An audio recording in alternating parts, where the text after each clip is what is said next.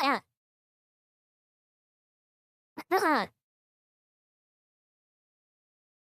gosh, I did it again.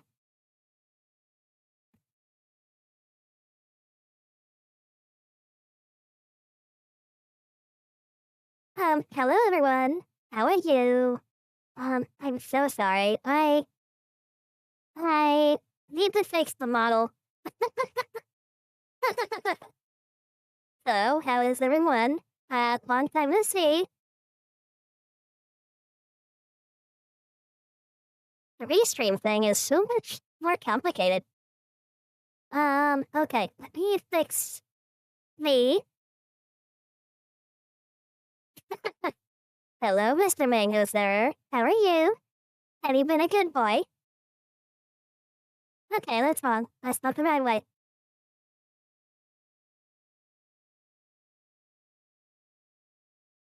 Okay, um,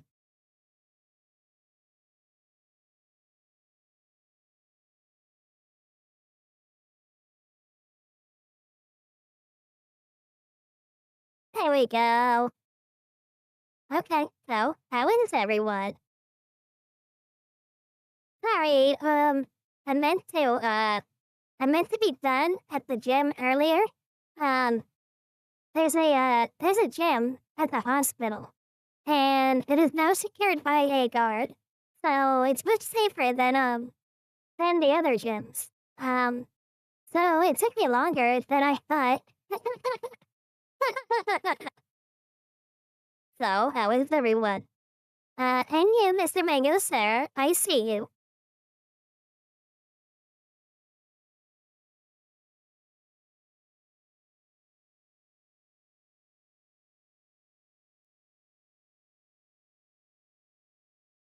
Oh, okay. You're saying the voice sounds better? Strange. I haven't changed anything. So whenever I mess something up, which is, as you know, very often, um, yeah, I end up asking Eli for help, Badger, and usually it's him that, does all the settings and stuff. I'm too scared to mess with them, like that one time with what was it? Text to speech? I think that was the one. I think you were there, Mr. Mango, weren't you? Yeah, you were the one that helped me with the text to speech.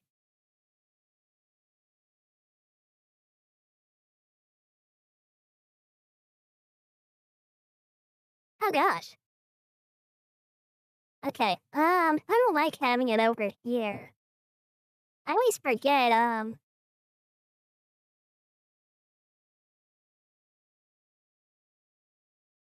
There. I like having it on this side. Edgar sometimes messes it up too.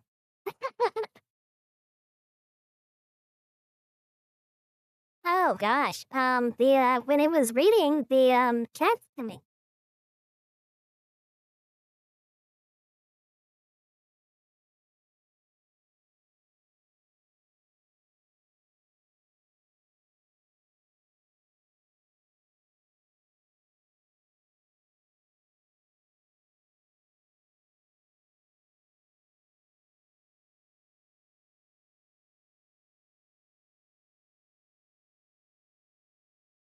Oh, okay. So you are feeling much better, it sounds like. And you have a friend that's also good. So yes. When it was the cause Badger usually would just send me like the YouTube by itself. But he sent me on this new OBS a restream thingy, like a multi-chat. I think I've only used it once before.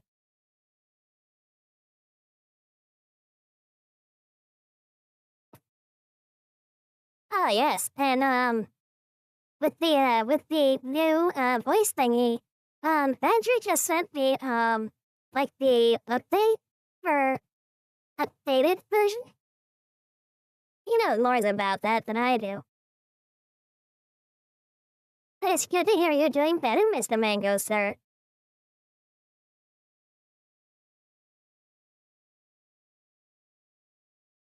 That being said, I need to find something. Because, there was someone that had, requested something from Badger. But, unfortunately, he wasn't able to do it. I'm gonna see if I can find it. It's in my, notification somewhere. Oh, look, it's me.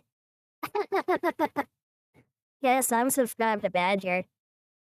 Um, so, I think I've said this before, but what I do, like, for me, hearing Badger is very soothing. So what I do is that I'll put on, like, playlists from, his channel, and then that's how I sleep. It probably has something to do with, like, boy rescues girl and all that. Oh gosh, I'm not talking about, I wouldn't talk about, I'm not talking about, Discord. So I chose not to do Discord because they're requiring me to use an ID. And I don't want to lose my anonymity, especially after certain things have happened. Oh gosh, well, that's understandable. As a guy, I don't think you would find his voice something that, is attractive. I mean, unless you were gay. But for me, it's very soothing to, like, hear Badger's voice for me.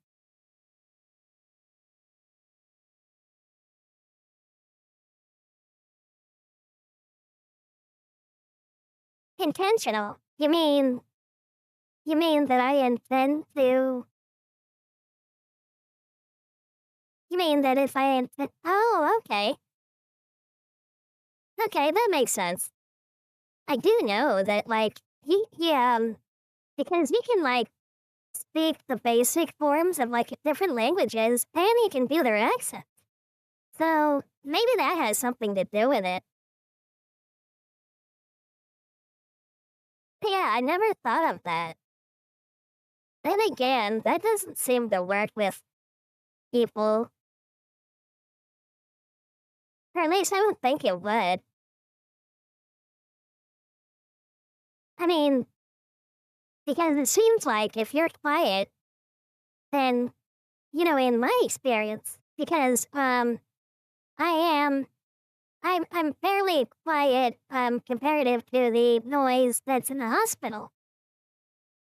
But, in my experience, people, when you're too quiet, will always ask you to speak up. But maybe it's just me.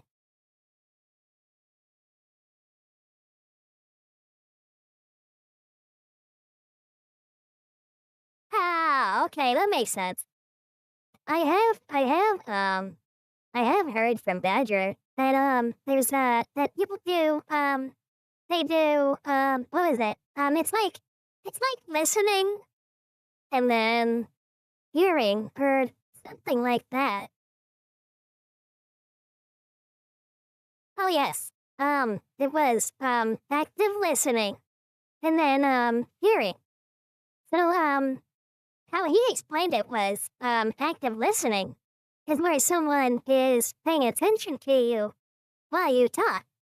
And they are actually, paying you attention.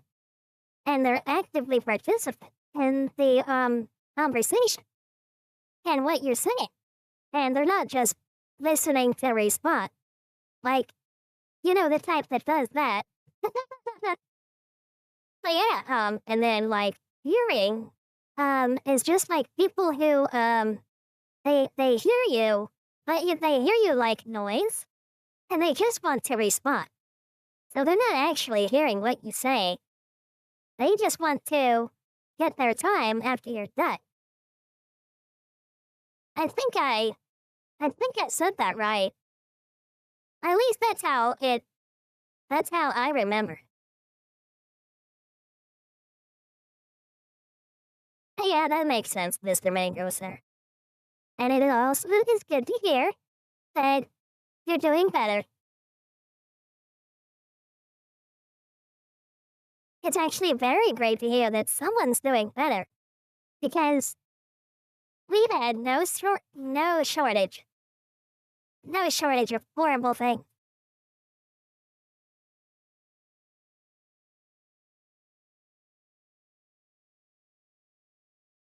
Ooh,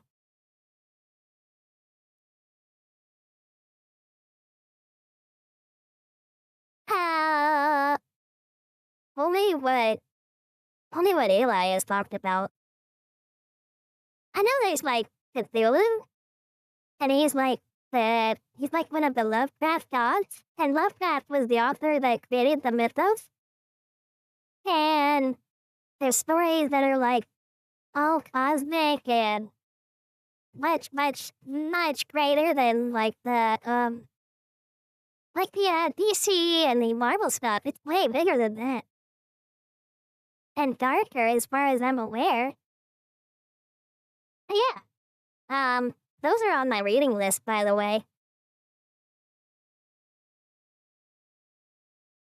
Oh, yes, that is right. I am supposed to be looking for something.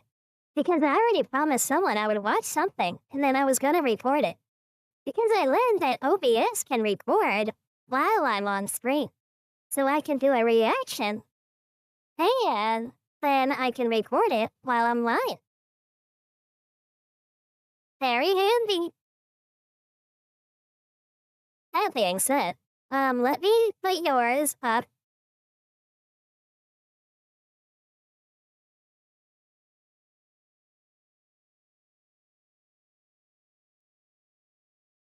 Okay. There we go, Mr. Mango. Yours is up next for sure. Oh yeah, that's right. That's what they're called, a VOD, right? I still don't know what that stands for, but I know what it is. But yeah, also, so I gotta find who it was that requested something.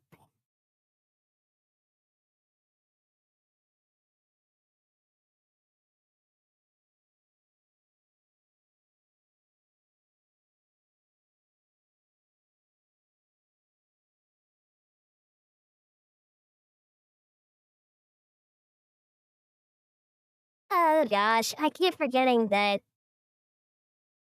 Badger's still going through a lot, isn't he? I've seen the posts he put up on the channel, and it's kind of hard not to cry from frustration. Even though he tells me he'll be okay. I deeply worry about him. Let me see, it was in a comment from the last video that I did on the channel.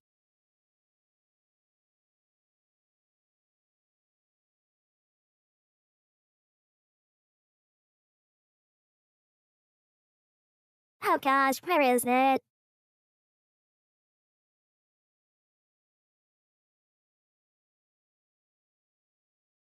Wait a minute, I think I passed it.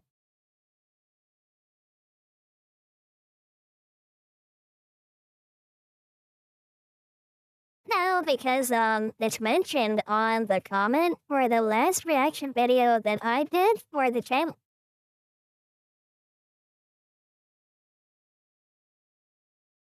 Uh, going where, Mr. Mango?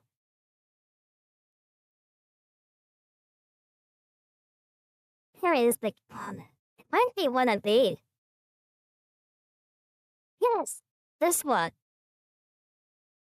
And all, I like this one. Oh no, I'm in the way, so let me move.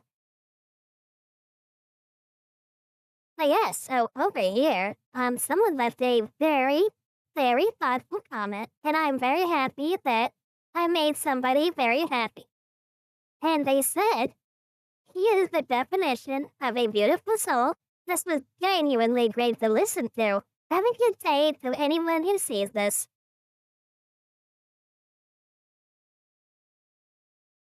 Hmm.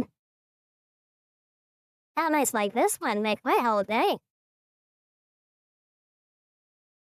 I seen comments from Badger, even more so. That being said, here, let me move myself back.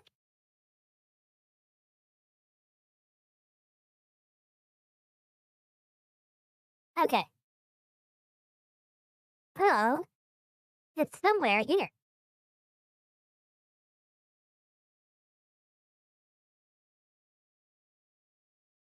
That's right. It was this one. Oh, copy.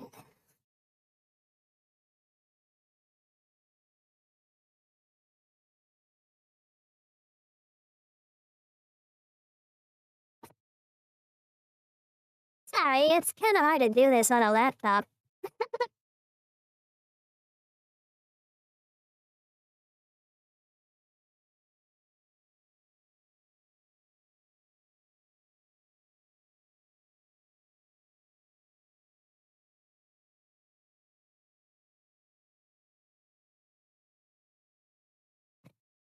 Okay, and go.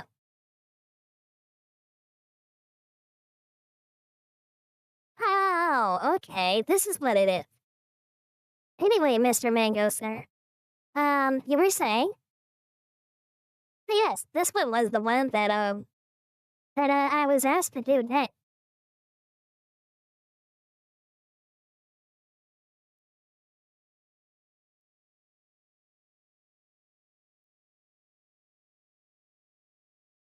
It was the 14th.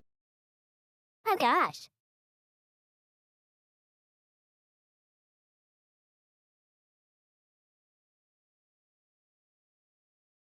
So Badger is going where, Mr. Mango? Oh, you know this one. Oh, okay.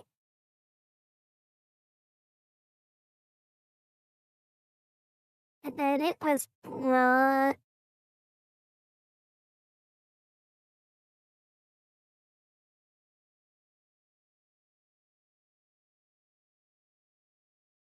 had speakers for.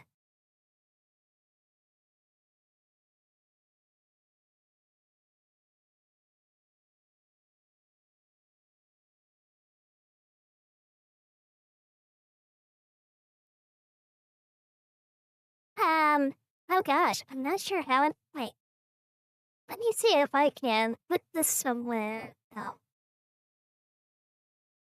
Do I have a notebook thingy? Oh, I'm so used to the apps that work. They're so much easier too. They're all condensed. Huh.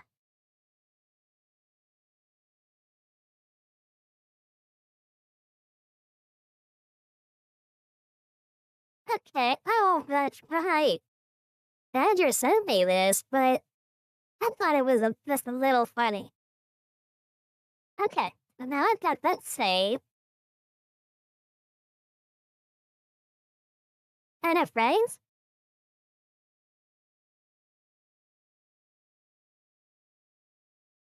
Oh, so kind of like just Badger's just going as usual? Is that what you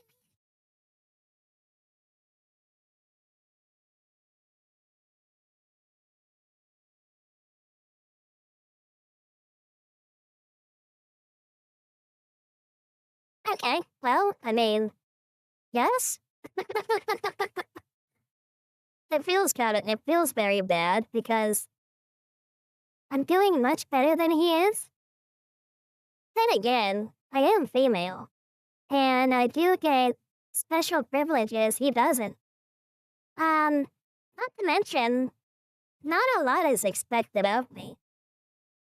Although I do a lot more work than what's wanted, or what is basically expected. So, But yeah, it does feel, I mean, it's hard not to feel guilty, you know? Because, I mean, Badger got all the better grades than me in school. And he already had work experience in the medical field. So, him not being able to find any work, but me instantly getting a job right after school, it's hard not to, it's hard not to feel guilty about that.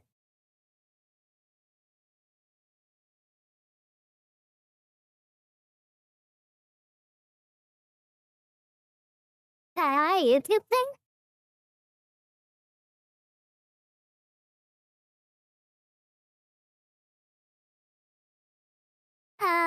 What's that mean?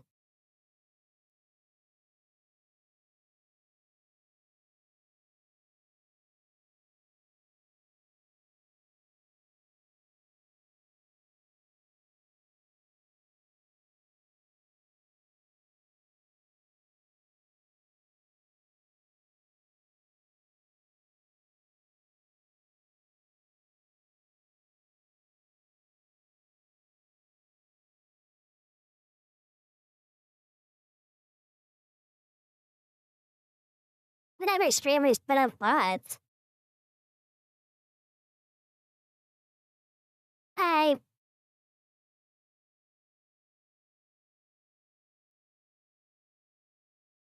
oh, you're talking about, like, how there's people who put comments, like, first, or something like that? Is that what?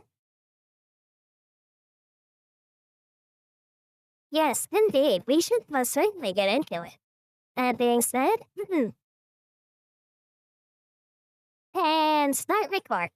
Okay. It's recording. Okay. It's working. It's working. It's doing a thing.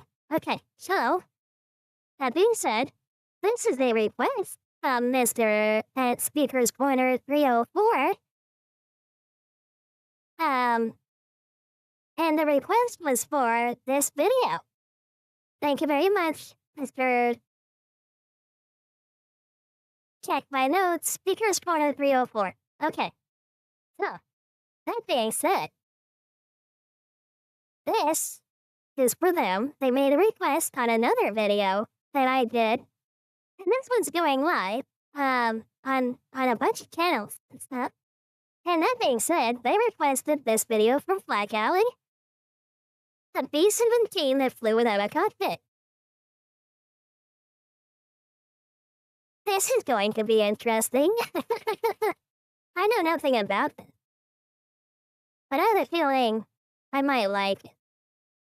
If it's like Mr. Electrician, then what's that? That being said, let's jump in. 18th of July, 1944, a thunderous evening. Cruising at 25,000 feet, 24-year-old First Lieutenant Ewald Swanson of the 483rd Bomb Group was pilot of a B-17G Flying Fortress, nicknamed Mizpah, its tail number 42-32-109. Their mission was to strike at the very heart of the Nazi stronghold in Budapest, Hungary. The formation consisted of 60 flying fortresses, and as they entered Hungary, they were bombarded by relentless curtains of thick flak. Oh gosh, I remember, one of the, so before, while I was in, pre-med, I was volunteering at an old folks home. And one of the old people that I took care of, he used to be a pilot. And he was a pilot in World War II. I'm pretty sure he was in Europe. And I think he was talking about this plane when he was talking about losing their ball turret gunners. And, how, there'd be lots of metal flying through the plane. Because when the enemy would shoot at them, it's I forget what he called it. It was like a burst of metal. Where the big giant, bullet, would, explode next to the plane. And they would just fly through it. And I'm just like,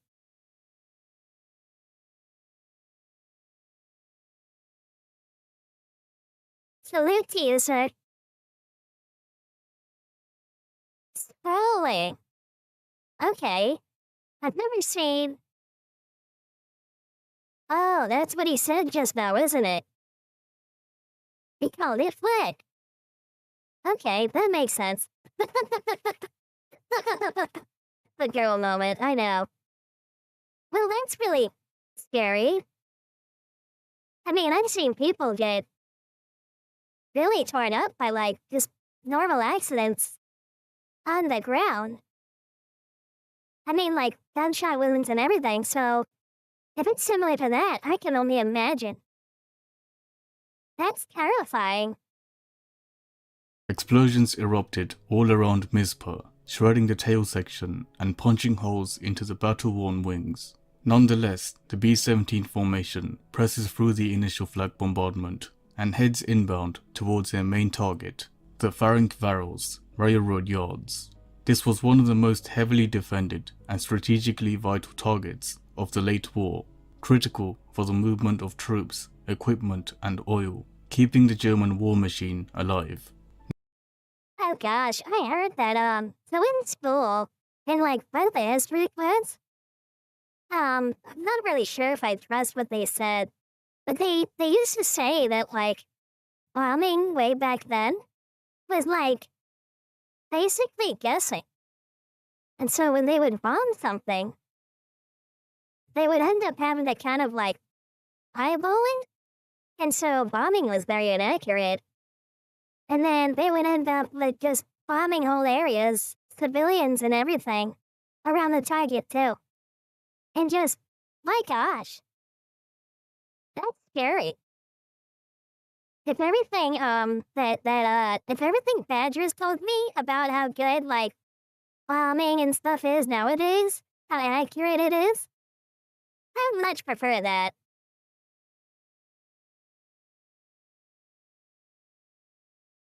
Not sure if that means I'm a bit desensitized just from hearing it, or I don't know. I don't know. Does that make me a bad person? Then I prefer like, very like accurate bombing that doesn't do a lot of unintended damage.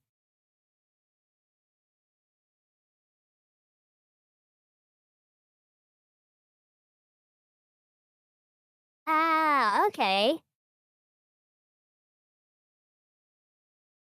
Okay, so they were able to aim a bit, but just not as good as today.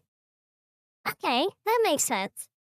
Although the way the professor explained it made it sound like they just didn't care.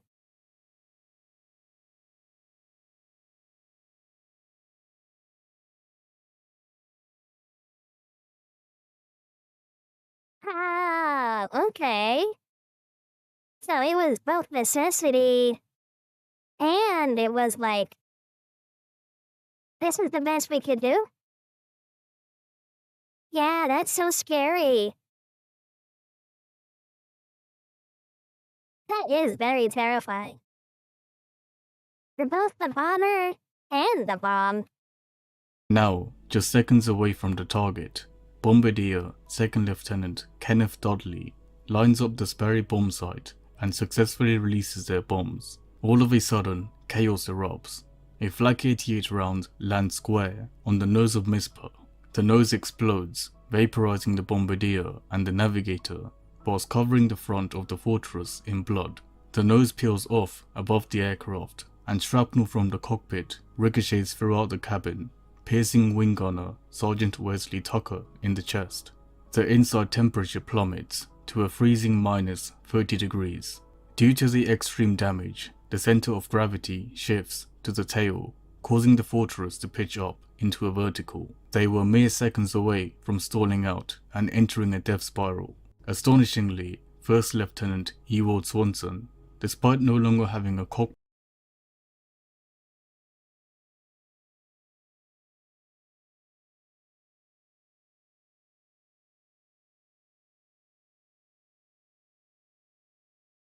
Salute to these very brave men.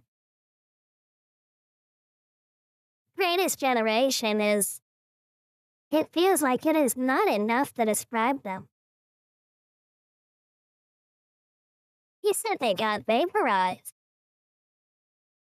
That must have been a very big bullet. It's so terrifying. I couldn't be in the military. Maybe as like a medical personnel, but definitely not frontline. I might die of shock. And to think that they went through this daily?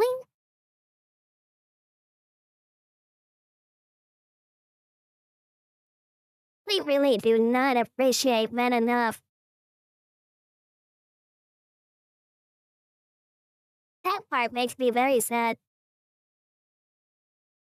But thanks to them, we had a much better world after World War II, I think. Cockpit regains control of the battered B-17 and re-enters the formation. The crew of a nearby B-17, nicknamed Yvonne, couldn't believe what they were seeing. A blood-soaked B-17 without a nose pulls up alongside them in one of the most haunting sights of the war.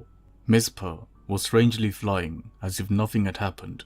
What was happening inside the B-17 was even more impressive. Since there was no cockpit or control column left to maneuver the aircraft, under the screaming command of Pilot Swanson, the crew had begun to fly the aircraft by pulling the exposed control cables by hand. Despite having lost a significant part of the aircraft, this flying fortress and its injured crew refused to go down, a symbol of unwavering courage and indomitable machine spirit. However, over 200 Flak 88 guns still had their sights set on the formation. Suddenly, another explosion rattles the B-17. A flak barrage destroys their number 2 engine as the fortress begins to lose power and airspeed. With the nose blown off and an engine gone, Mizpah and her crew, through sheer determination and will, kept the aircraft airborne. However, the effects of drag from all the damage received was increasing by the second. Mizpah had fallen far behind the formation by now. For a perilous 10 minutes, the crew battled the control cables to get as far away from the hornet's nest as possible.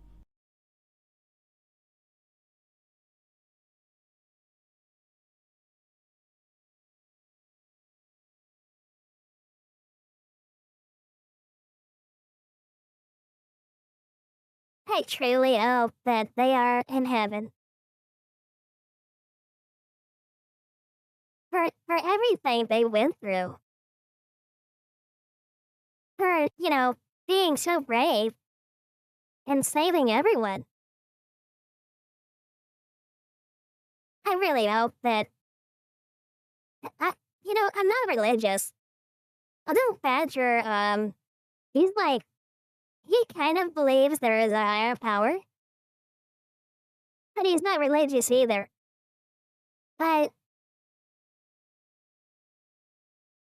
I really hope there's a heaven.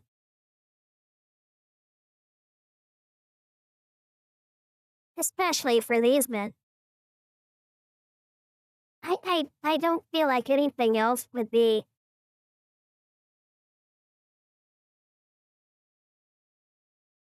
It doesn't feel like anything else they should have gotten any less. You know?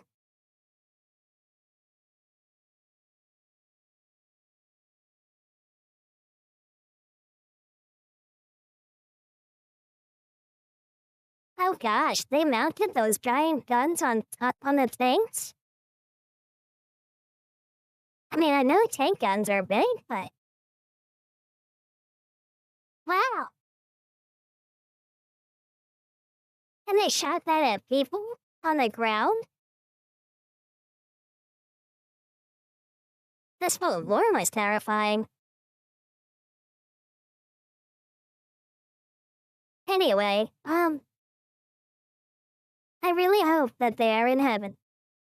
If it exists, they deserve it. Or wait, wasn't there something else mentioned than isn't there something else mentioned than I think there was something else besides heaven, like paradise or something. I'm very rusty on all the religious stuff. But whatever the best place to go to in the afterlife was, I want them to be there.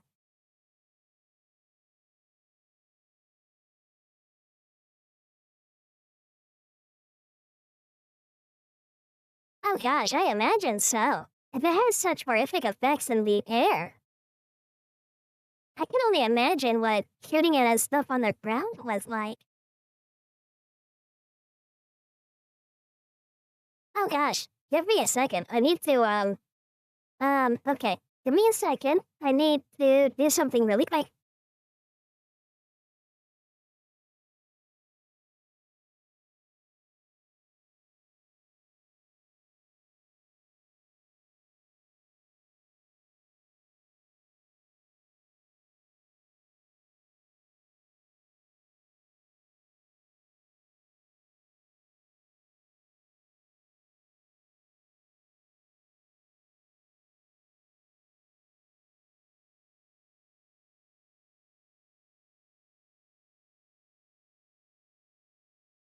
And I am back. So, I'm doing my laundry. While I'm doing all of this too. It's just, it's hard to have time to do all my laundry. So it ends up piling up. And then by the time I get time off, it's hard.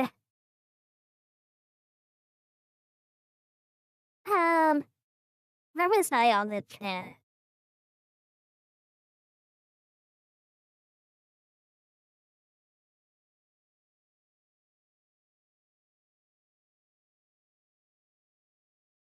So basically,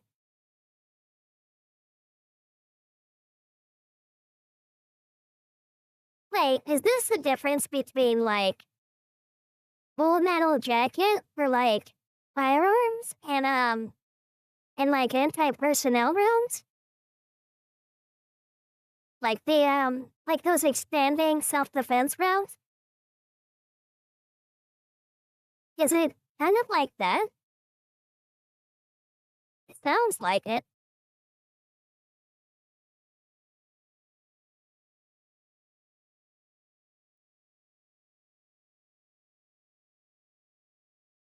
Anyway, I'd have to ask Badger more about it.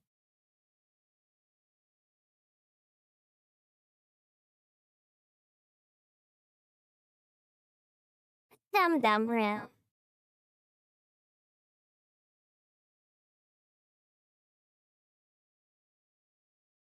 Yeah, I don't know. I would have to ask Badger. I'll have to text him some questions. Although, recently it's been hard to, get him to be communicative, because, as usual, things are not going well for him no matter what he does. Yes, that being said, let me keep going. Now, over Dunavek's, Hungary, pilot Ewald Swanson informed his crew to immediately bail out whilst he held it steady. 7 crew members successfully bail out of the aircraft. Swanson could no longer tame the crippled fortress on his own. Immediately, the B-17 pitches up, trapping Swanson inside the fuselage. He grabs the parachute and keeps it close to him, waiting for the B-17 to stall out. As the fortress comes to a standstill, Swanson takes the opportunity to jump out of the front, but just as he does, his chute catches the torn metal of the cockpit, ripping through the fabric with brutal force. This was a blessing in disguise, however, as if the fabric hadn't torn, he would have gone down with the ship, pinned by centrifugal forces. Swanson is violently flung back, narrowly missing the tail section of the B-17. The young pilot Oh gosh. I have a hard time flying already. I could never do skydiving. And stories like this one make it more terrifying.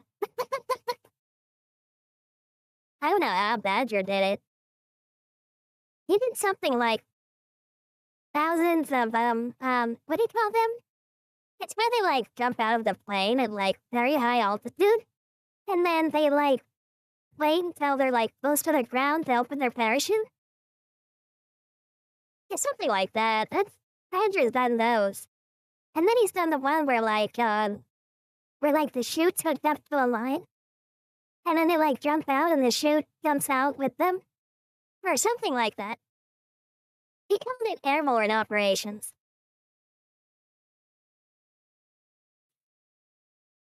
Oh, okay, Mr. Mango.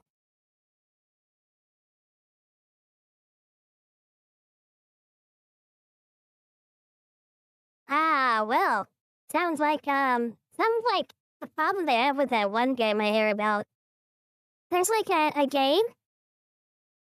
Um, I don't think it's that Call of Duty game.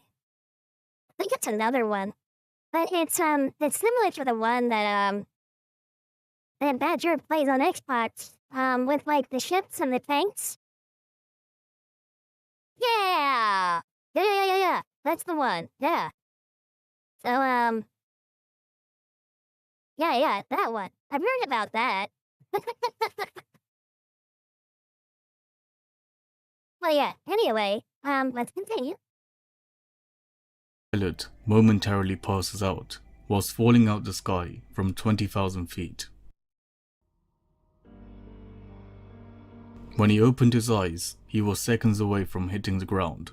First Lieutenant Ewald Swanson immediately opens his parachute, but notices that it had sustained significant damage. The chute was not slowing him down enough for a safe landing. The landing was going to be brutal, one that he was unlikely to walk away from or even survive. By sheer luck, on the way down, he spots what he believed to be an enemy POW camp in the middle of a dense forest. Swanson positions himself on top of the trees by the camp, hoping it would break his fall. Oh. I can't imagine that. I really couldn't imagine it. I mean, I've heard stories from Badger about like shoots failing and about like backup shoot and something else. About having to try and land like in trees so you get slowed down, but you still might break limbs and get tossed around and you might still die. But stuff like that is just, oh my god, that's deep. Oh gosh.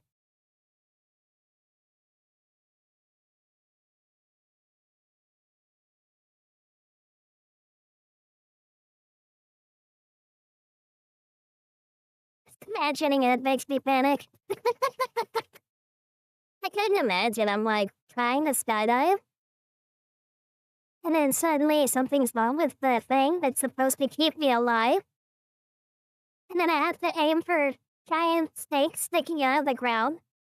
And have more snakes sticking out of them. It's terrifying.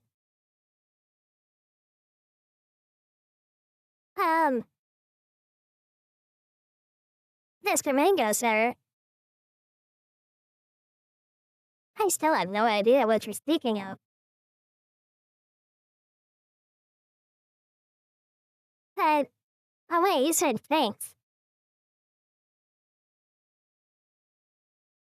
Okay.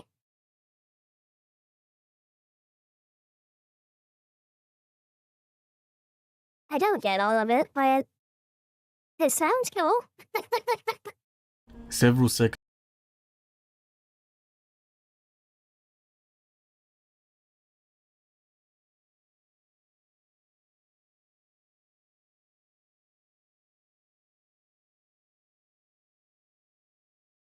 That being said, oh gosh.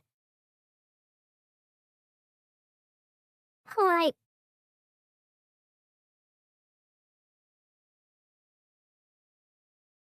I hope he survives. Oh, I hope he lives. on top of the trees by the camp, hoping it would break his fall. Several seconds later, he crashes into the dense treetop. First Lieutenant Swanson suffers a broken left leg alongside deep tissue cuts from the tree branches. Against all odds, he survives the landing. The German medics of the POW camp quickly spot Swanson's body in the brush and recover him. They admit Oh my gosh. Oh gosh. Oh, so happy I survived. Oh, he survived. He's hurt. Like, you can survive broken limbs. And he's alive. This makes me a lot. This makes me very happy. I know it. I know that, these kinds of things are hard to survive, but he survived. That makes me feel better about the whole story.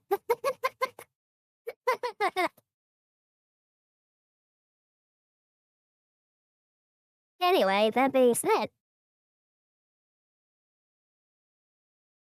I'm very happy he's not dead. Minister life-saving first aid to the young pilot, who has at this point stared death in the face and kept going. In fact, to his amazement, he finds out that the entire crew of his B-17 had survived. His crew were captured nearby, only to meet up at the same camp their pilot had somehow ended up at. A happy accident, as they put it. That is a happy accident. I mean, yeah, they're prisoners, right? But they're still alive.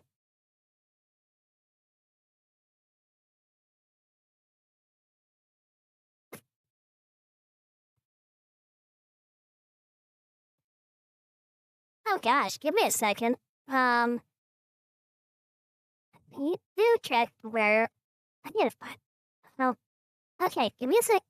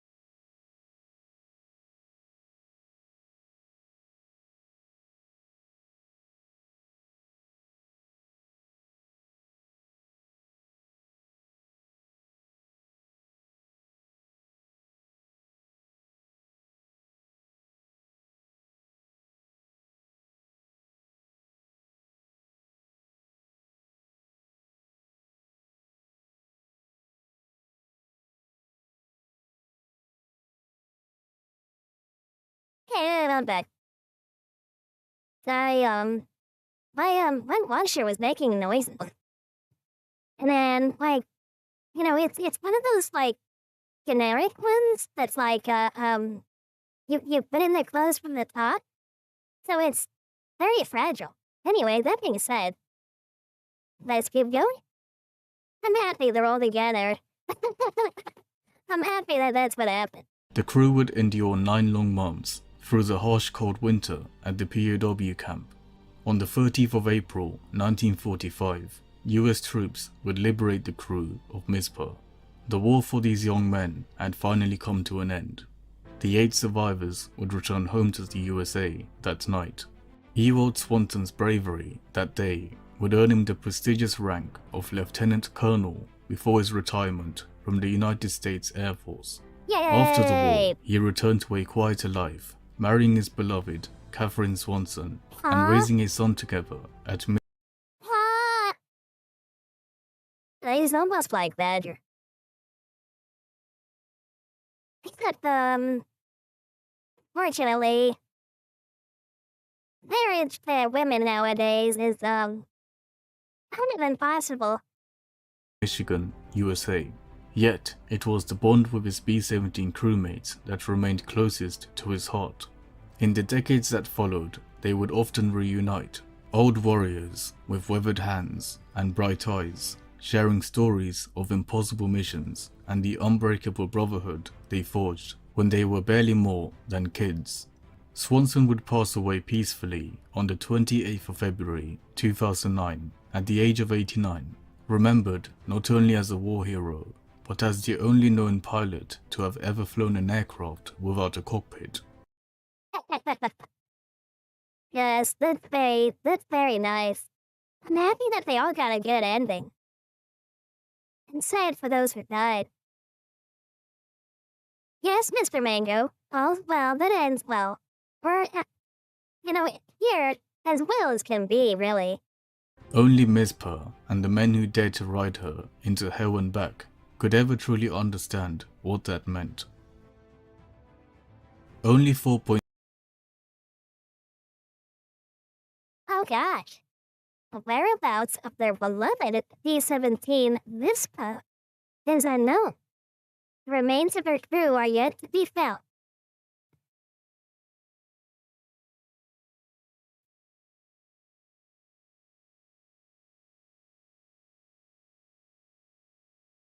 Second Lieutenant Paige Henderson, Navigator KIA.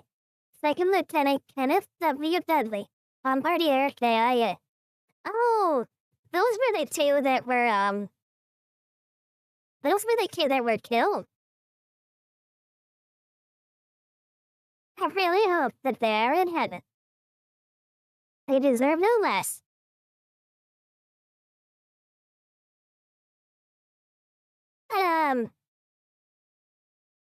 But, if they don't know where the Mizpah is, what does that mean? Were they never able to find it?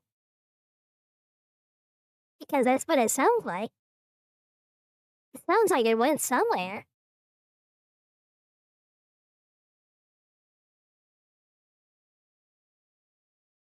Maybe it, landed in a field nicely somewhere and, it just stayed there? I don't know. It sounds so strange to me that there's a big giant, bomber plane missing. To truly understand what that meant. So, let me read this. Their sacrifice deserves to be remembered. How many learn of it depends on you. Honor them by leaving a free like, comment, and subscribe. Keep this story alive forever. Oh yes, I'll be sure to do this. Only 4.2% of the viewers watching this video are subscribed. It takes countless weeks to write and produce these videos, but it takes just a second of your time to click that subscribe button. It's completely free, but helps us out immensely in bringing this content to you. Well, I hate to disappoint, but your average person is very lazy. So even clicking something because you're asked is, very hard for people. I really don't understand why, though. It's just clicking. Ah, yes, Mr. Mango, you're right. I need to make sure I end the recording.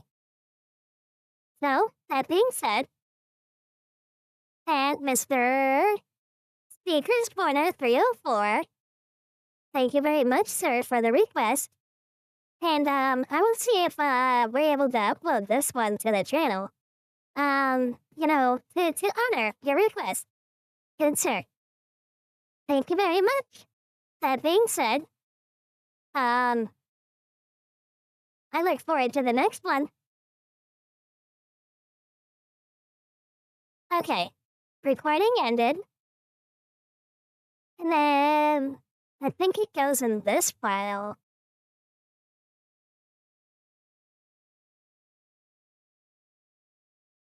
Yes, okay, yeah, it's saved. Okay, yeah, it's saved. I can do that one.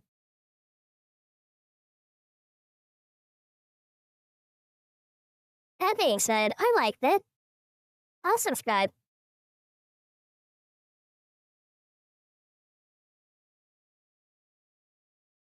This one was interesting. That being said, Mr. Mango, sir.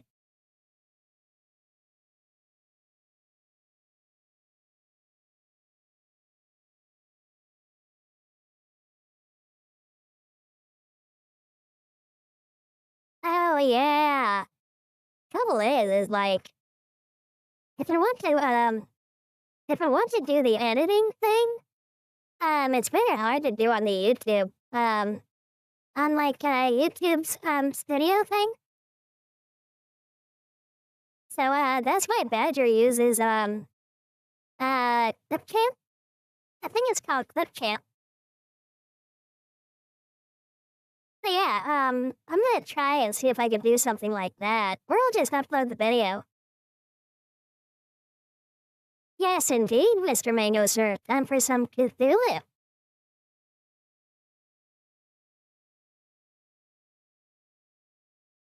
I think it's more of like a male thing, Mr. Mango. Because, I really don't spend that much time, like, with, like, my phone or my computer. I really don't. I'm very detached from, like, the technology stuff. I like books and walks and, stuff like that.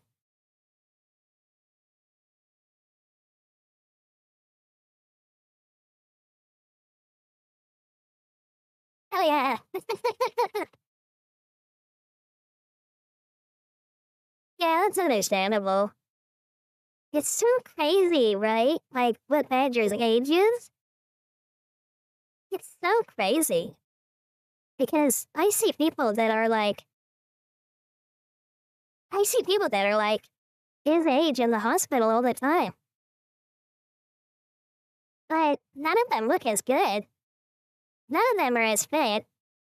And none of them are as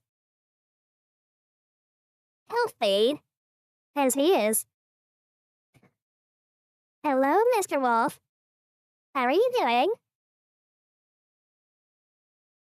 Okay, just dropping. All right. We just did a video about dropping, but besides that. Oh, yes, Mr. Mango. He used to tell me about days before the internet. So yes, everyone, please say hello to Mr. Wolf. And how are you doing, Mr. Wolf, sir? We're about to watch something Fire Mango asked for about Cthulhu.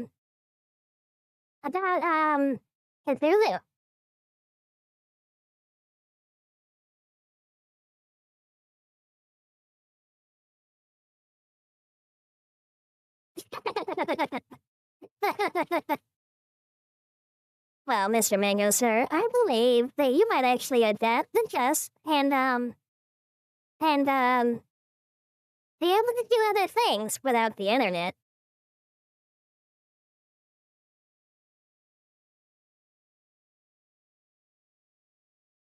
Oh, okay.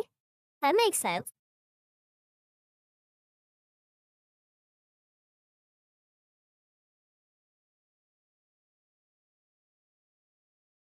Oh gosh. So you're busy, Mr. Wolf.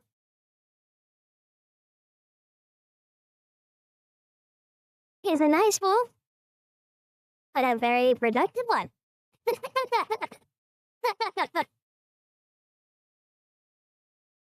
That being said, this one's from Mr. Mango. What is Yog Sothoth? 100,000 special. I don't know what that means, but okay. Well, if you like it, I might, but we'll see. Okay, Mr. Mango. Let's see what you sent me. What is Yog-Sothoth? The Cthulhu mythos. In a world where in the physical universe all dimensions beyond the regular three can be accessed through reflections from special mirrors on Earth, we are told that every example of space is merely an infinitesimal slice of a higher dimensional space up to the reachless heights of archetypal infinity. Oh gosh. He's really tapping into Zoomer brain rot. isn't he? I noticed that the videos that do the best with like younger people are the ones that do things like this. Where it's like they throw a million things at you at once and you like you don't have like time to like just try to pay attention to one thing. And it like taps into that like second after second after second, zoomer thing. Like you were saying.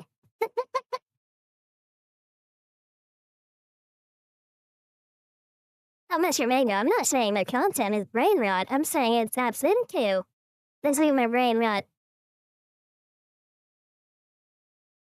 I mean, technically I am a zoomer too. I'm just older than you. But yes, no, the content itself isn't brain rot. It doesn't sound like it. But it replicates the effect of brain rot content. If you know what I mean. Because it taps into that, like, every second scroll thing, right?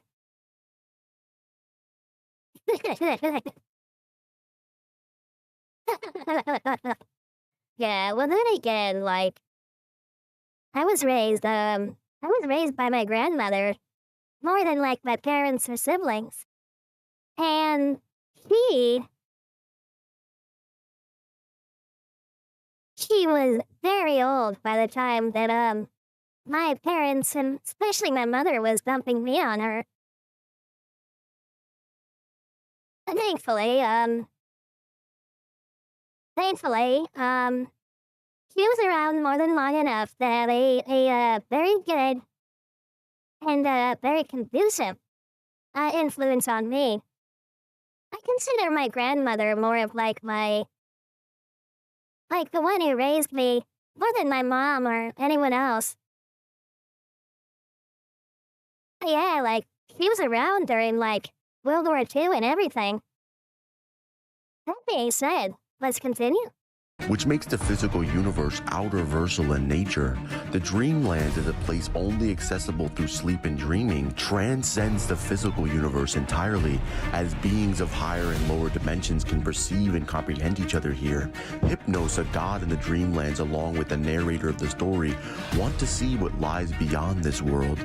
They travel up through the dreamlands in such a way that cannot be described and has no distinct and defined existence, only being able to describe the experience as soaring or plungings, as they travel up through the layers, with each one seeming like a dream to the last, beyond all thought and entity, with Hypnos believing he can rule over everything in existence at this point, until they reach it, the final layer, the last barrier, the last one. Hypnos alone travels past this final barrier, as the narrator of the story is unable to, and is sent back to the waking world.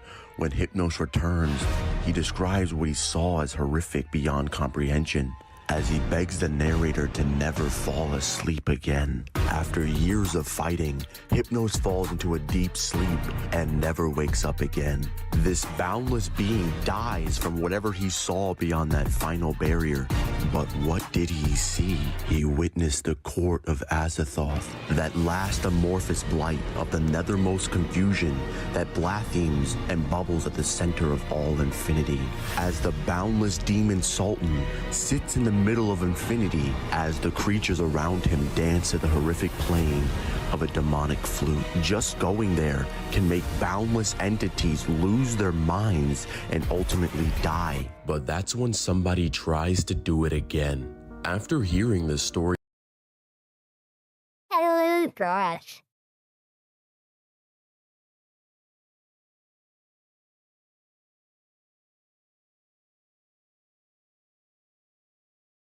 Oh.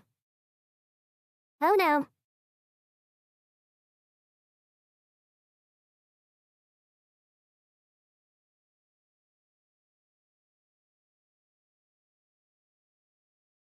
Um,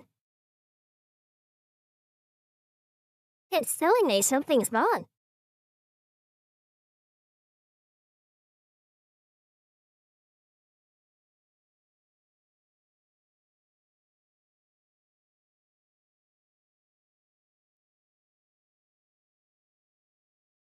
Okay, give me a second, because it says something's wrong here.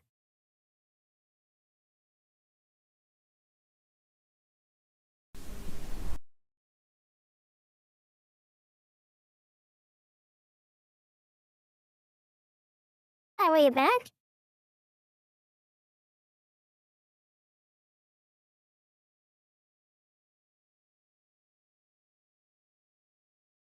Yeah, for a second it said that everything was off.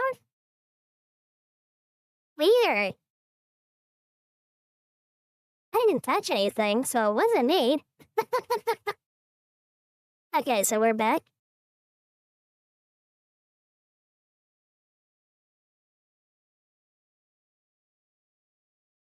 Okay, well, I mean, yes, very strange.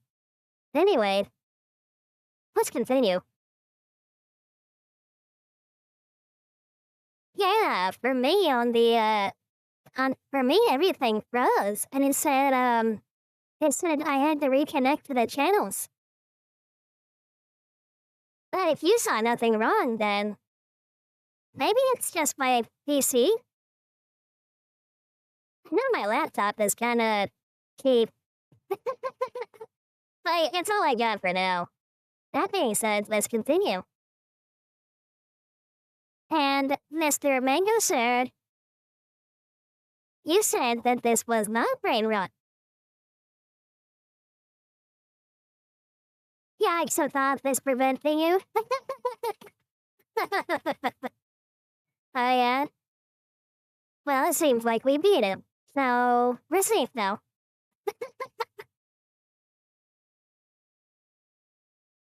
That being said, this video never slows down, does it?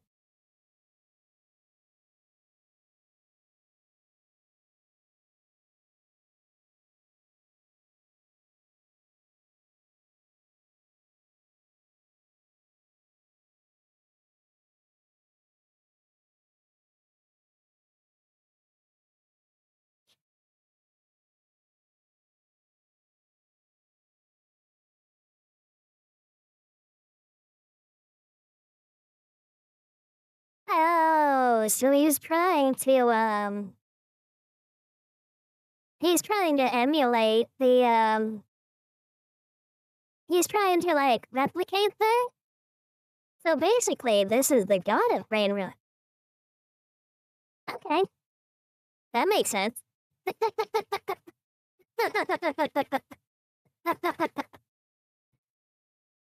Okay, well, I look forward to the sense making. It is enjoyable. It just replicates a lot of the Zoomer stuff. Stories of Hypnos, Randolph Carter wanted to see I say is I have to remind myself I am a Zoomer.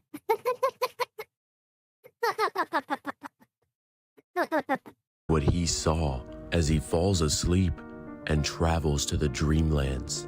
Randolph Carter took the same method as Hypnos as he travels up through the layers of the dreamlands. After transcending an infinite hierarchy of dreams, he got the same feeling as Hypnos, as if he was the god of it all.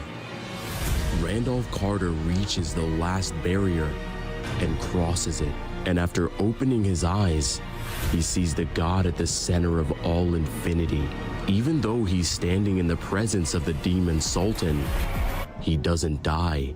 One of the gods in Azathoth's court tells Randolph Carter that there exists a place beyond this, as he says that many have arrived at Azathoth's court, but none have gone past the Silver Gate. It sounds very much like the DMT stuff Badgers told me about.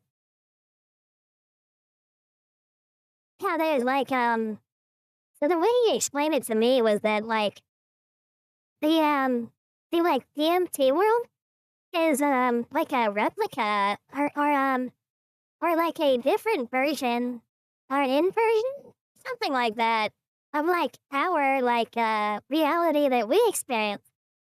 So how, like, there's, like, different people and different things, and there's different animals, and, you know, angels and demons and all these things, right? And that the DMT world is kind of like that. That's what this sounds like. And Badger's done it once.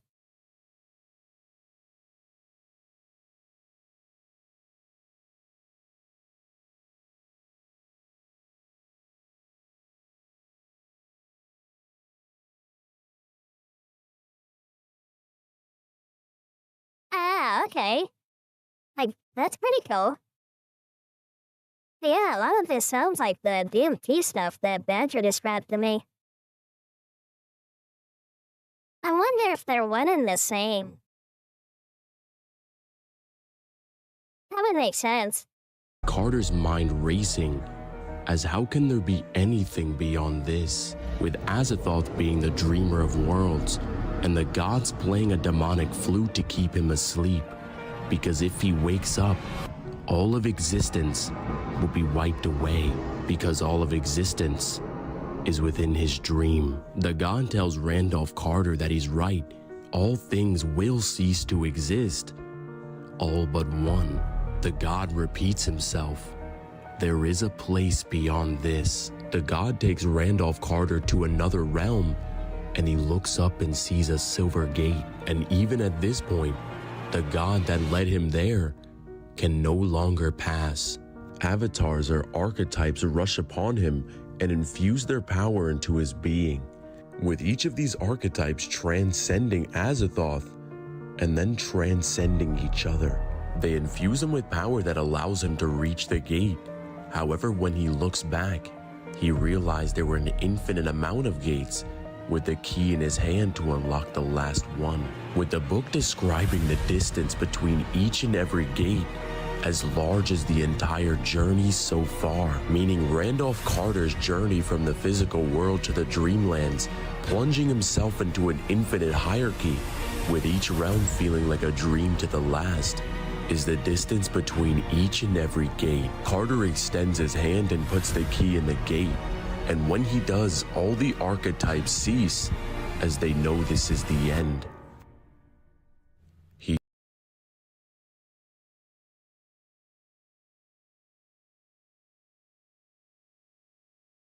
Yeah, this sounds like DMT stuff.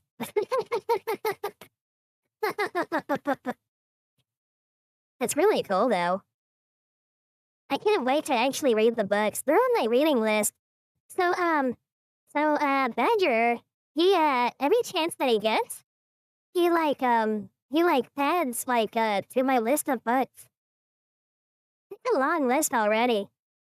So, I expect I'll be entertained for a very long time.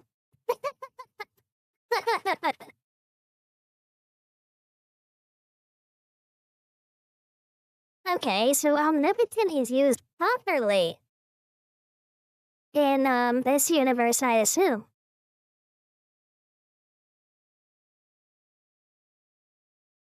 Let me guess. Cthulhu?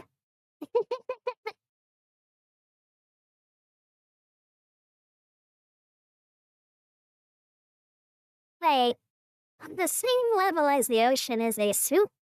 By the definition of what is needed to make a soup?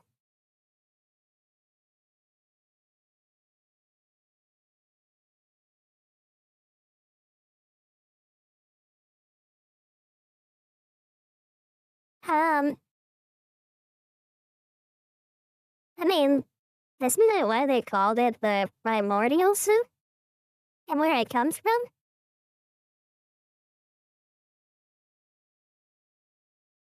I mean, there's still some cultures that what they do is they take just raw ocean water to make their soups.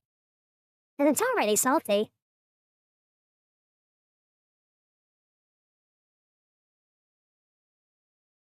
I mean, that makes sense. Oh, okay, so Yog Sothoth is like the god above all, essentially. The truly omnipotent one. Okay, that makes sense.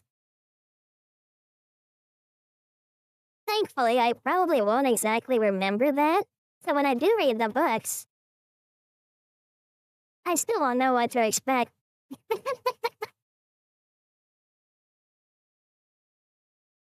right now I'm finishing the Sword of Truth series that Badger recommended me, and it's amazing. It's an incredible series of books. That being said, let's continue. He opens the gate, and when it swings open, he stares out into the abyss, and what he sees out there in the darkness is nothing. No. He sees everything. Everything that was, and everything that will be, the all-in-one. He realizes everything in existence is. Carter realizes that the physical world, the dreamlands, each and every realm above it, Azathoth's court, each and every gate, and even the key in his hand, all of it was this being. Every god, every archetype, every realm, every dream, all of it was him. The last sweep, the last utter sweep that has no confines and which outreaches fantasy and mathematics alike, as Carter stands alone as the only being in existence that can see the god above all gods, Yog-Sothoth.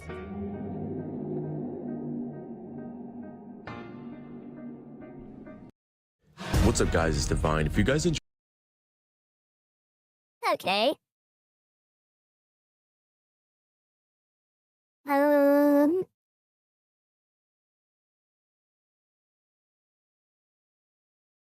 Yeah, it sounds amazing. I mean, from what Badger can remember, because for Badger, he said it's been about 20 years since he read them? Or did he say 30? One of the two. It's been a very long time since he read like Lovecraft stuff. But from what he told me, it sounds very cool. And it sounds like an acid trip.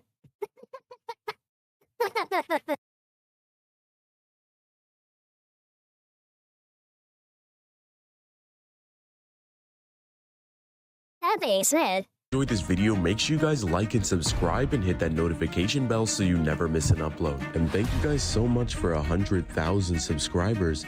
I really hope you enjoyed this 100K special. So thank you guys for sticking with me. I love and appreciate each and every one of you. And of course, shout out to Kazi for hopping on this one with me. Make sure to go check out his channel. He's going to be posting a GT versus Super video super soon. okay, so it's over. I liked it. I'll subscribe. This was enjoyable. Although I didn't really like how it just kept skipping every second. I mean, I understand that, like, that's what it's supposed to be like, but I like things that are more focus-based. But it was still enjoyable. It was a cool video. So, thank you very much, Mr. Mango. I appreciate this. And thankfully it's not very much like spoilers. Because after the Sword of Truth novels, I am going to end up reading, I believe it's, wait, I gotta look really quick. Because after the Sword of Truth, and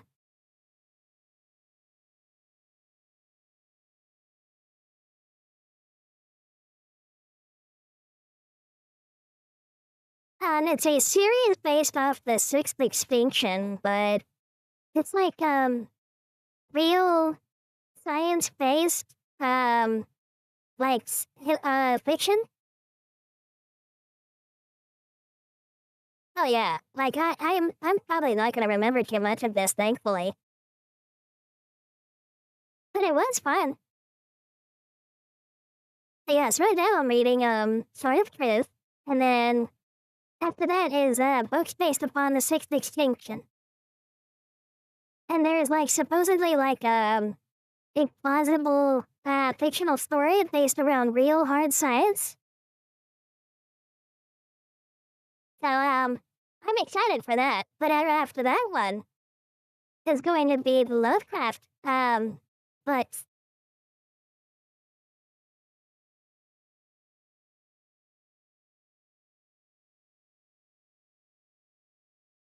okay, that makes sense. That being said, I like this. Oh wait, I forgot. I need to put the link in the chat.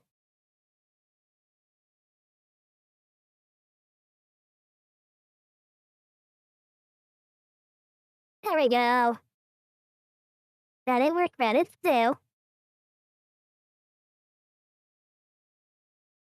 That being said, there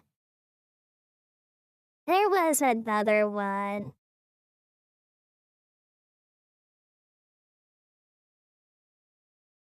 Oh yes, Mr. Mango. It's the one that it was the one that you wanted, right?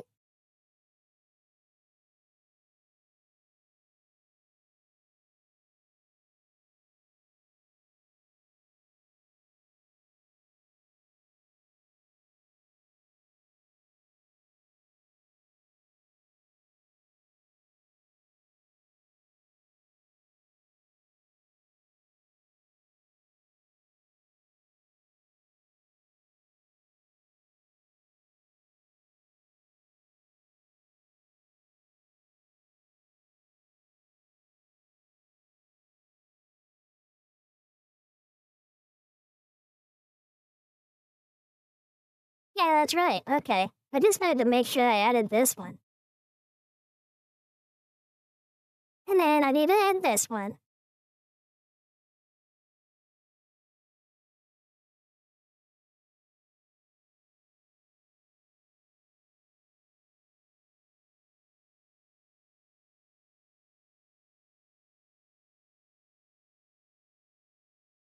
Okay.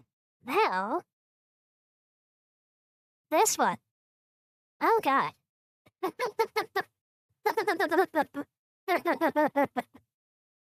Oh, he looks like a rough grizzled like Mario.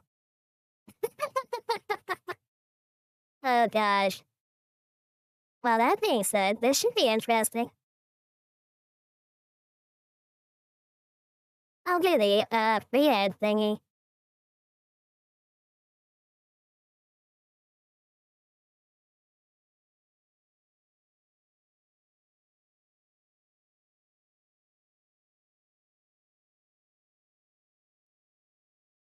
And there, it is added.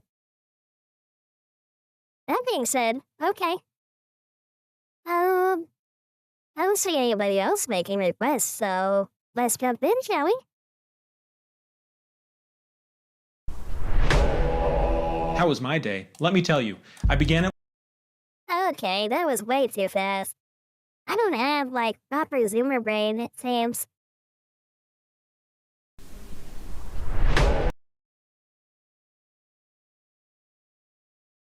Oh gosh.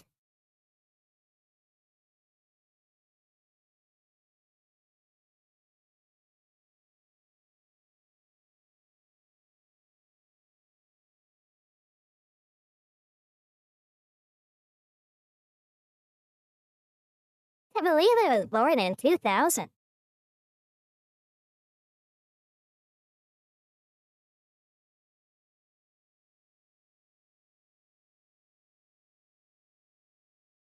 It's so crazy to me to think about it. How was my day? Let So I guess I'm type 1. me tell you, I began it with a charitable contribution to a progressive political candidate in my district. Local politics are important to follow if you want to strengthen your community. Then I proceeded to take my two rescue dogs, Ron and Hermione, for a walk. I changed their names, but they only respond to those ones now. Okay, never mind. I guess I am not at all like the type 1. If this is what type 1 is. Or at least that's my guess. Yeah, it sounds very neurotic. And I'm nothing like that. After which I drove to my job where I make minimum wage with zero benefits. Also, I'm not progressive or lefty. I'm not even liberal. I am much more aligned with Badger on everything. Almost strictly so. I think the only thing he and I disagree on is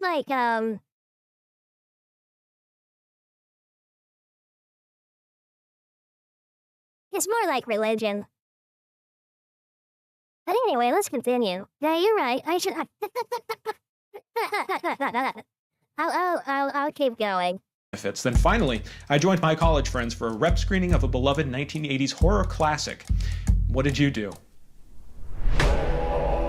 Cried. That's it? I liked some racist tweets and then cried. At least you sound remorseful about it. I wasn't. I'm only a few years older than you. I feel like we shouldn't be this different. And yet we are. You always do this. Do what? You think everything can be fixed. Well, if we all work together, we can make the world at least a little better. Soy boy. Wait, I get it now. It was COVID. It hit everyone hard, but you guys were still in high school or college. It isolated you. It made all of your social lives online. It's why the Minecraft movie is the first sense of community you've ever felt. Or you're just the sad dingleberry hanging off of the millennial's metaphorical ass. You're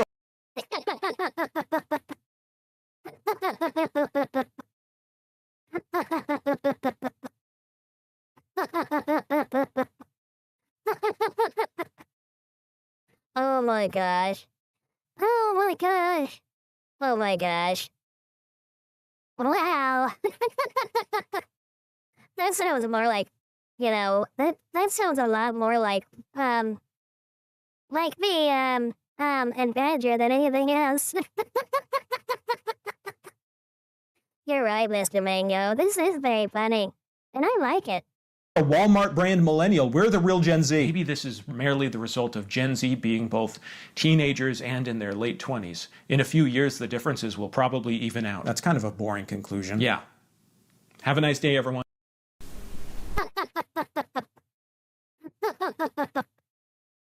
Oh gosh. Oh gosh. Oh, okay, you're type 2. Okay, that makes sense. Okay, yeah. Yeah, no, me, I zoomed through school, so I guess I'm a zoomer in that way.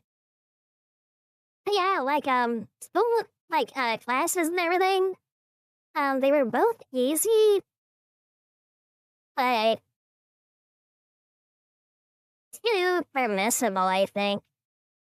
Because, sure, the material was, a bit lacking. Especially when I got to college and discovered all the things that, especially hearing from Badger, what his school was like. So, for Badger, when he went to, kindergarten and, elementary school and middle school and all that, his learning material was more like our college material. It's so crazy how that is.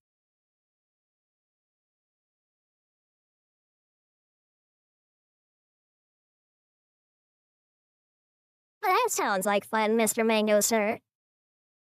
Just please don't die, because I know there's quite the fatality rate on construction sites.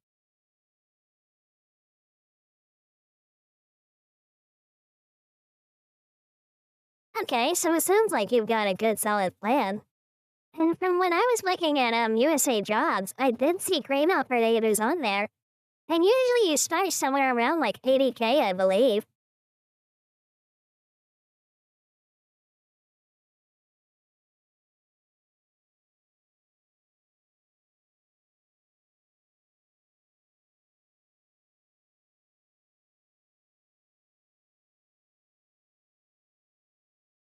Yeah, I understand, the whole frustration with college.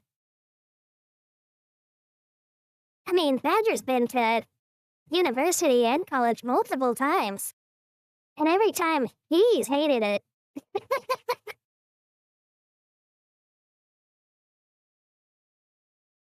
Yeah, I can imagine having to climb all the way up there. Must not be fun for a lot of people.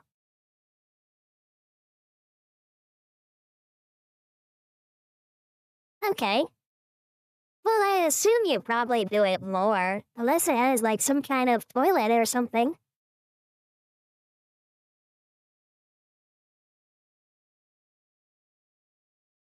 Oh yes, Badger had the same issue. I'm sure I told you that. He had to literally fight to get good grades. Because he would, like, take whatever topic that we were forced to, like, do anything with, and then he would destroy whatever was it the professor believed, and then get in trouble for it.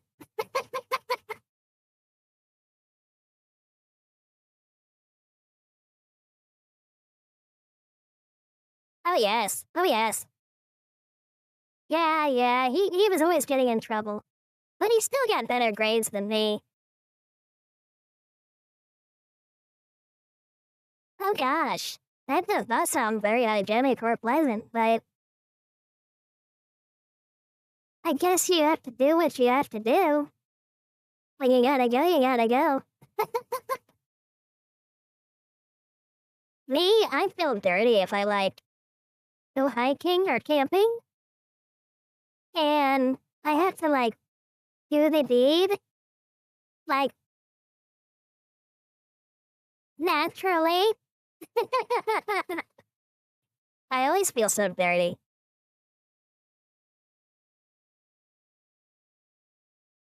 Meanwhile, Badger is just like, it's whatever.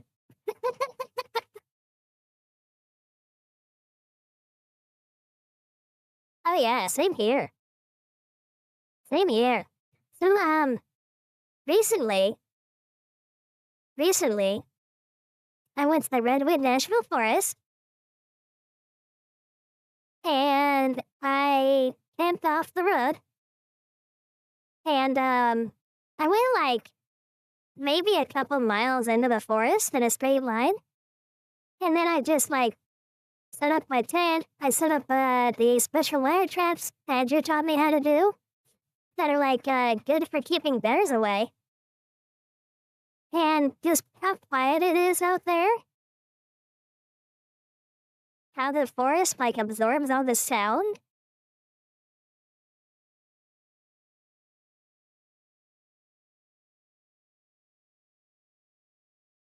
The best sleep I ever had. I slept so soundly out there.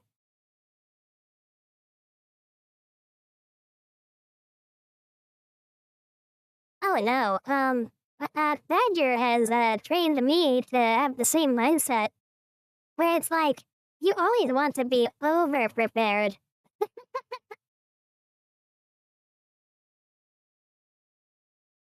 But yeah, it was a very good time. I had my fire, and on top of that, I had, like, some natural foods, concealed containers, of course. I didn't want to attract anything. And I read books. I listened to nature. It was a very soothing, pleasant experience. Plus those trees. You can add houses in those trees. They're so big.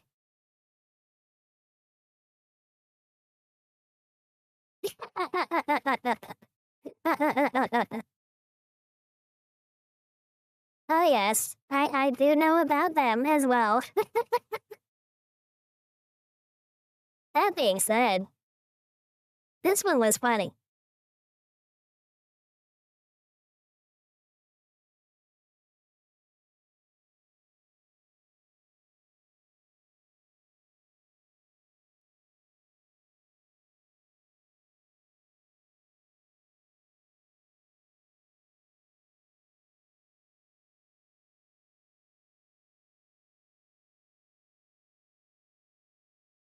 Oh gosh, to believe it was only like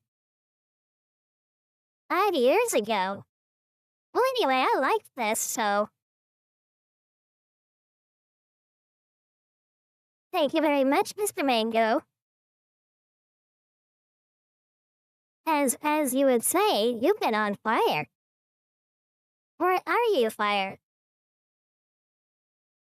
Something like that.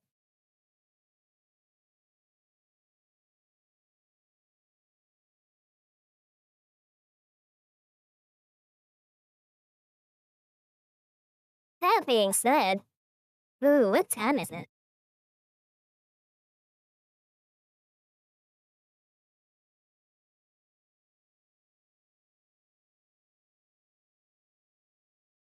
Oh, okay.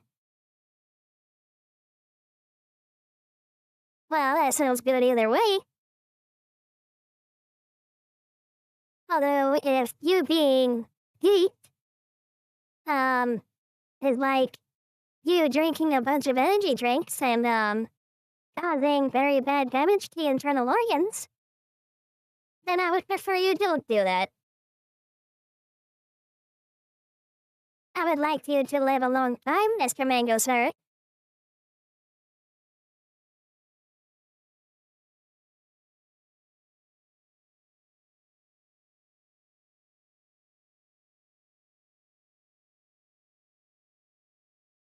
Or do you mean geek, like geeking up?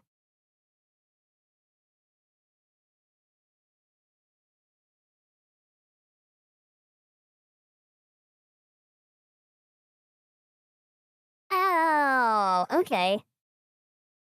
So, getting hot. Okay, I get you. Yeah, no, Badger doesn't like smoking, so he sticks with, stuff you can, like, ingest. Like, kratom. And edibles if he's allowed to.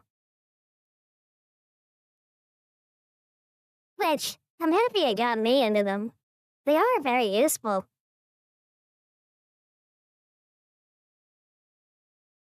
That being said,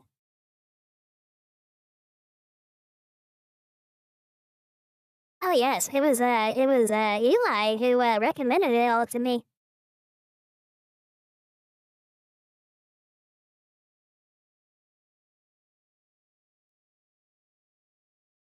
Oh yeah. Well, then again, it's understandable. Right? Things have been nothing but disappointing for him. Frustrating and consternating doesn't even cover it, I don't think. I mean, I saw his last two posts about jobs he applied to and that everyone refusing to hire him. So I understand him. Again, it feels really guilty to have the privilege of work that I do. He can do everything I can do.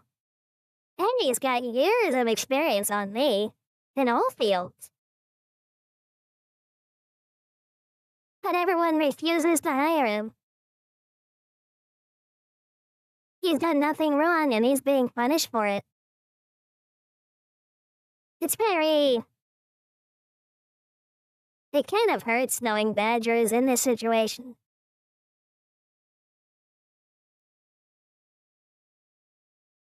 Yeah, I guess that's true.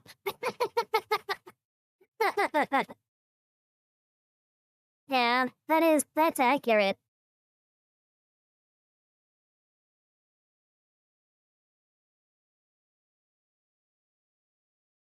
I really wish that, like, he had sole custody of his son. Because then I can have him live with me. And I'm still willing to, like, be a mistress if it's allowed. I really can't see myself looking at any other man but him. Very true, yeah. He could be homeless again. Gosh, it was so terrible hearing about that. And how those migrants, like those illegals, tried to kill him. And then people, like, trying to, like, kill him for his stuff. Stealing his tents. Trying to steal his truck. Being harassed by the police. He had a very terrible time.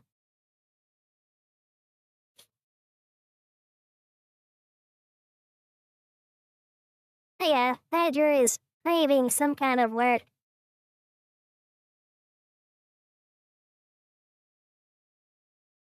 Oh yeah, oh yeah. Even if Badger is having a hard time, he's too nice.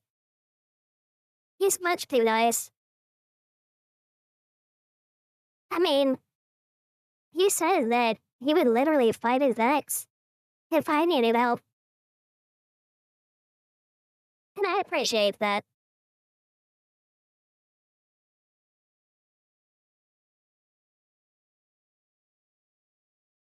Oh yeah, it was really sad when he lost it. Yeah, that is sad. He's lost 2 houses and I don't know just how he just gets through it. I think I would die.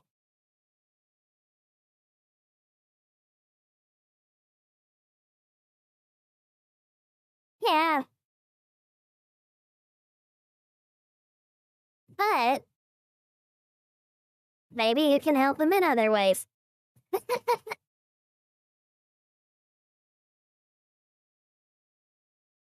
That being said, um, ooh, I need to get to bed. I have to get up a bit early. I have an appointment, in the morning because, I'm trying to see what my options are for, seeing if there is a way to,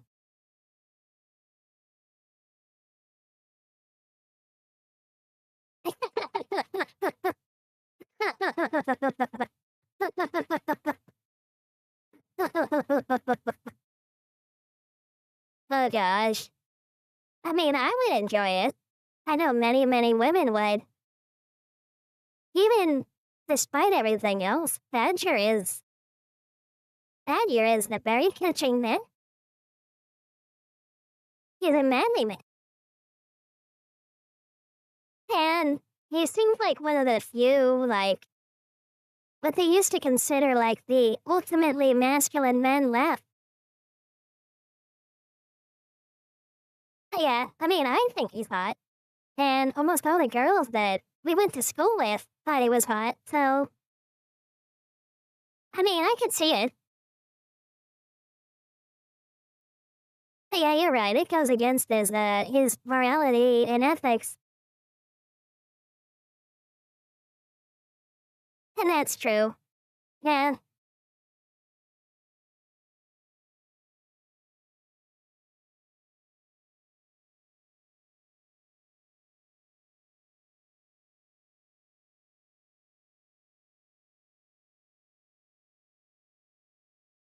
But yes, that being said, I'll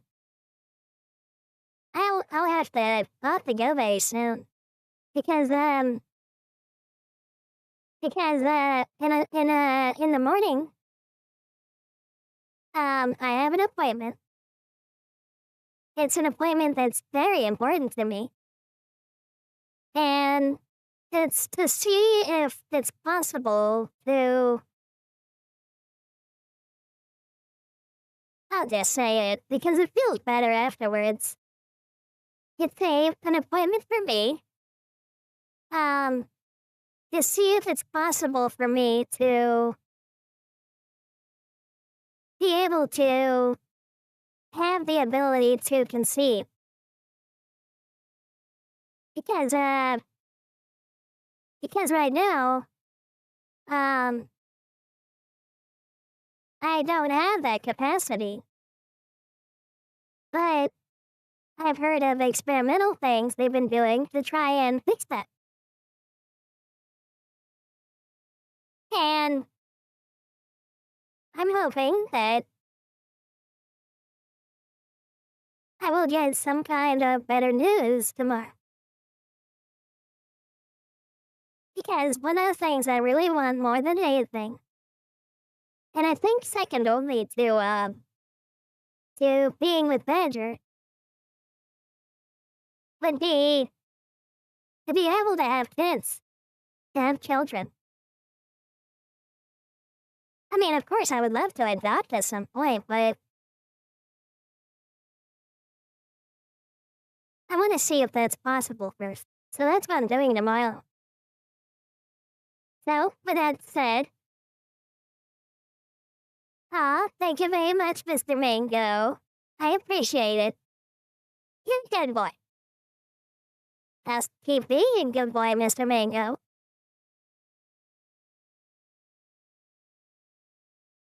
Thank you very much, Mr. Mango. I need all the luck that I can have.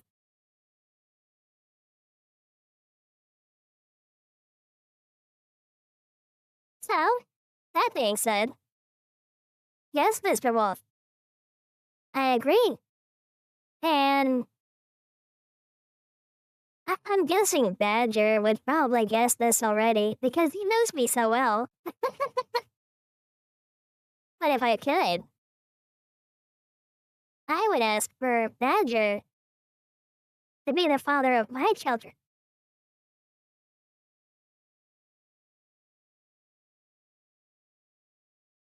So, if I'm able to get back the ability to conceive, then that's the next thing I would want.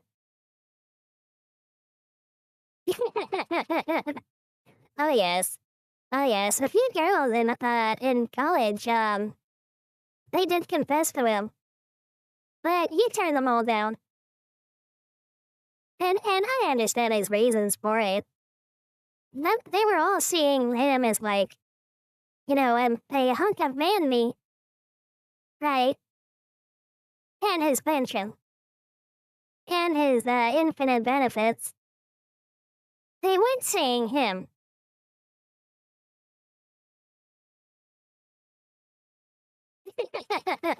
Oh yes, oh yes. But then again, Badger does have a lot of experience raising children. So it only makes sense that it would be just something simple for him. But yes, although I don't know if he'd accept money. He'd probably ask for something else like, probably something because for some reason I make a very good amount of money working at the hospital. But he insists on not accepting any from me. And he tells me to save.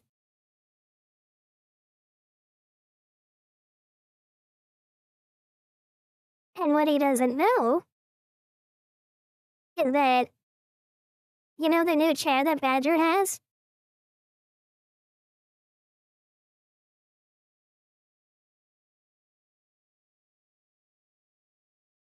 It was me.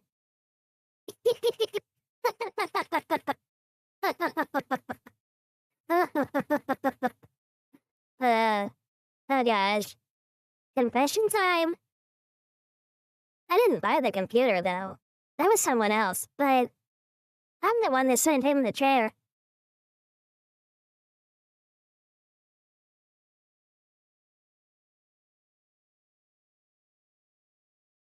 Yeah, but I can't see Badger doing, like, anything he considers, hedonistic.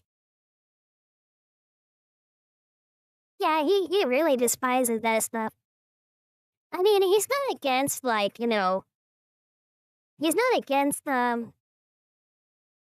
people being attractive or to, show themselves off.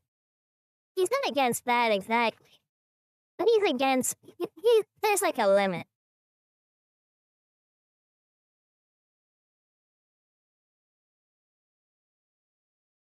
Yeah, yeah. Yeah, he said that he still owes you.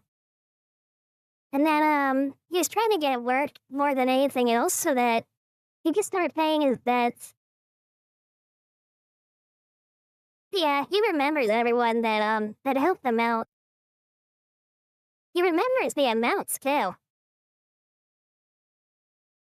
Yeah, he said that, if he starts making money again, and he can save some, he's gonna repay everyone, like, twofold or 2 times or something like that.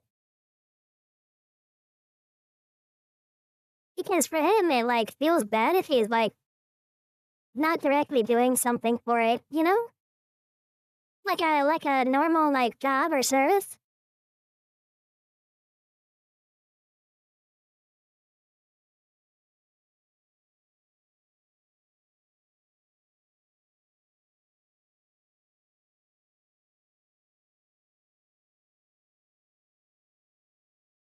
Yeah.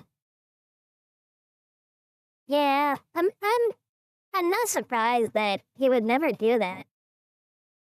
Although he's trying to talk himself into it. And I've heard about the offers he got for working for them. Making $300,000 a year. I'm barely making 110. But I'm in the medical field. Making 300,000 per year? Oh my gosh. That is existence-changing money.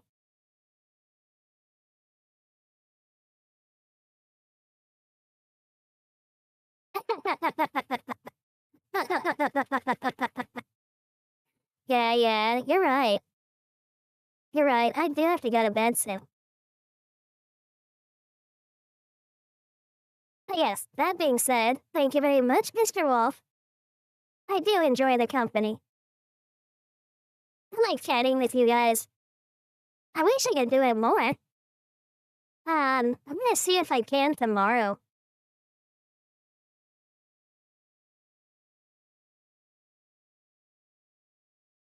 But that being said, I very much appreciate it, Mr. Wolf.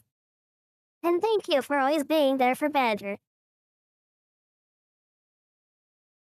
Now with that one, I have to say goodnight. So, you everyone.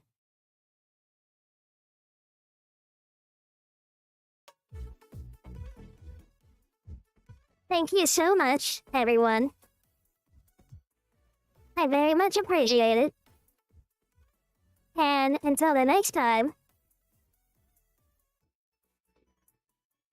I hope all of you have a wonderful day, evening, morning, and night, no matter where you are.